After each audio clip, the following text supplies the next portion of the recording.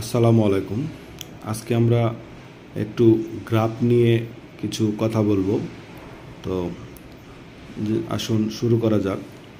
আমি এখানে একটি গ্রাফ আঁকছি। মনে করেন যে এখান থেকে গ্রাফটা শুরু হয়ে এখানে উঠেছে, ওঠার পরে আবার নেমেছে, আবার উঠেছে। সাধারণত গ্রাফগুলা এমন ওঠানামা করে। তো আজকে আমরা বোঝার চেষ্টা করি গ্রাফের কোন অংশে সেল আছে, সেল করব, বা কোন অংশে বাই করব, বা কোন অংশের নাম কি। তো সর্বনিচে যে অংশটা থাকে এটা হচ্ছে সাপোর্ট অংশ, আর সর্ব ওপরে যে অংশটা থাকে এটা হচ্ছে রেজিস্ট্যান্স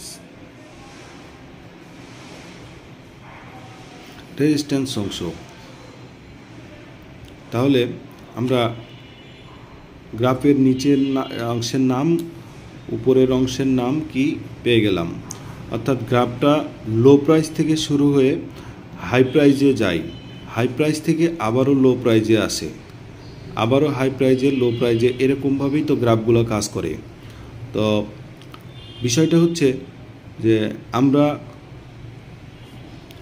যখন গ্রাফটি নিচের থেকে উপরের দিকে যাচ্ছে তখন আমরা বাই করার চেষ্টা করব। প্রথম কয়েকটি গ্রাফ আমরা লক্ষ্য করার পরে আমরা বাই এবং সেল করার চেষ্টা করব। আমরা প্রথম দেখলাম সাপোর্ট অংশ থেকে রেজিস্ট্যান্স অংশে গেল, যাওয়ার পরে আবারও সে একটা নিচে নামা শুরু হয়েছে। এটা হচ্ছে বাই। যখন বাই বেশি হবে তখন গ্রাফটা নিচের থেকে উপরের দিকে যেতে থাকবে। যখন সেল বেশি হবে তখন গ্রাফটি উপরের থেকে নিচের অংশে চলে আসবে। তো আমরা বাই করব তাহলে কখন? যখন নিচের অংশে আসে, এখানে এসে ব্রেকডাউন করছে, ব্রেকডাউন করার পরে আবারও সে উপরের দিকে যাচ্ছে। এখন আমি এখানে বাই করলাম, বাই করার পরে সে উঠছে। তাহলে আমি সেল করব কোথায়? আমি কি এখানে সেল করব? ধরেন আমি এখানে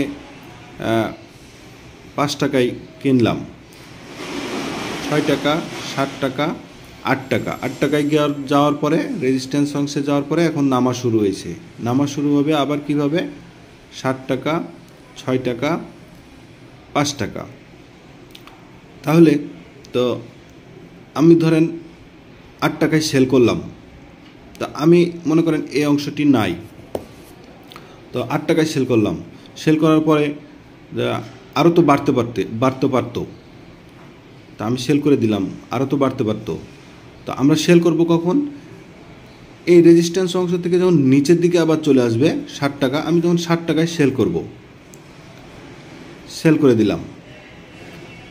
আমরা কখনোই রেজিস্ট্যান্স অংশ না নামা পর্যন্ত সেল করব না, এবং এই সেলটা আমরা দ্রুত করে দেব। যখনই নামা শুরু হয়েছে সেল করে দেব। আবার এমনও হতে পারে এখান থেকে এসে আবারও হয়তো বা অল্প একটু সাথে আসার পরে আবারও হয়তো বা উঠতে পারতো বা উঠতে পারে। এটা নির্ভর করবে, প্রিভিয়াস যে গ্রাফ আছে সেটা একটু ফলো করবেন যে এটা কিভাবে ওঠানামাটা করেছে। তাহলে আমরা কখনোই উঠার সময় গ্রাফটা যখন উপরের দিকে রেজিস্ট্যান্স অংশের দিকে যাচ্ছে তখন আমরা সেল করব না। রেজিস্ট্যান্স অংশ থেকে যখন নামা শুরু করবে তখন সেল করব। এমনও হতে পারতো এখানে 9 পর্যন্ত গেছে, 10 পর্যন্ত গেছে, আবার নামার সময় শুরু হয়েছে 7 পর্যন্ত আসছে, 8 পর্যন্ত আসছে, এরকমভাবে নামাও শুরু হতে পারে। সুতরাং এভাবে আমরা বাই সেলটা করার চেষ্টা করব। আর গ্রাফে আমরা কিছু বার দেখি, সে বারটা আসলে এরকম বার দেখি, এরকম কিছু বার থাকে। বারগুলো সাধারণত বাইন্যান্সে 1 second, 3 minute, 5 minute, 10 minute, 1 hour, 3 hour, এরকমভাবে হয়। অর্থাৎ 1 সেকেন্ড, অর্থাৎ একটা বারের সময়কাল হচ্ছে 1 সেকেন্ড। ওপর থেকে নিচ এটা হচ্ছে 1 সেকেন্ড। 3 মিনিট অর্থাৎ উপর থেকে নিচ পর্যন্ত 3 মিনিট। আপনি ওপরে সিলেকশন অংশ পাবেন, সেখান থেকে এটা সিলেক্ট করবেন, তাহলে আপনি বুঝতে পারবেন যে 3 মিনিটে ওপরে কত নিচে কত। ধরেন 3 মিনিটে একটা বার আমি 3 মিনিট ধরলাম, 3 মিনিট লেন্থ, এখান থেকে এখান পর্যন্ত হচ্ছে 3 মিনিট। তাহলে এটা হচ্ছে সাপোর্ট অংশ, এটা হচ্ছে বারের সাপোর্ট অংশ, এটা হচ্ছে রেজিস্ট্যান্স অংশ। তাহলে আমরা বুঝতে পারলাম যে একটা বারে এই যে মিনিট সিস্টেমগুলো থাকে, একটা বারের সময়কাল কত। মনে করলেন এখান থেকে 5 থেকে শুরু হয়েছে, এখানে 8-এ গিয়ে শেষ হয়েছে, অর্থাৎ একটা বারের লেন্থ অর্থাৎ 3 মিনিটের মধ্যে 5 থেকে 8-এর মধ্যে বাইসেল হওয়ার পরে যদি এটা বাই বেশি হয়ে থাকে তাহলে গ্রিন কালার হবে, যদি সেল বেশি হয়ে থাকে তাহলে রেড কালার হবে। আশা করি বিষয়টা আপনাদেরকে বোঝাতে সক্ষম হয়েছি। ভালো থাকবেন। আসসালামু আলাইকুম।